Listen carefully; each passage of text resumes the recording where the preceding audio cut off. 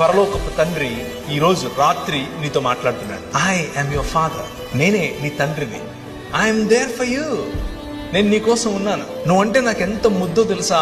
నిన్ను చూడకుండా ఒక్కరోజు కూడా ఉండలేను నేను.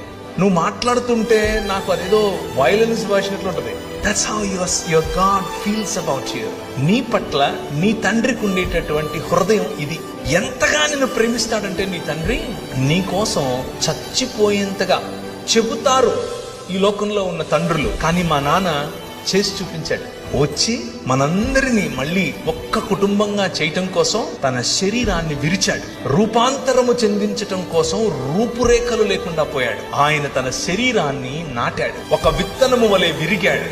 ఒక విత్తనము వలె ఆయన పగిలాడు. దున్నబడినటువంటి ఆయన శరీరం నాటబడిన తర్వాత 2 దినములైన తర్వాత 3వ దినమున యెహోవా సముఖమందు మనము జీవించినట్లు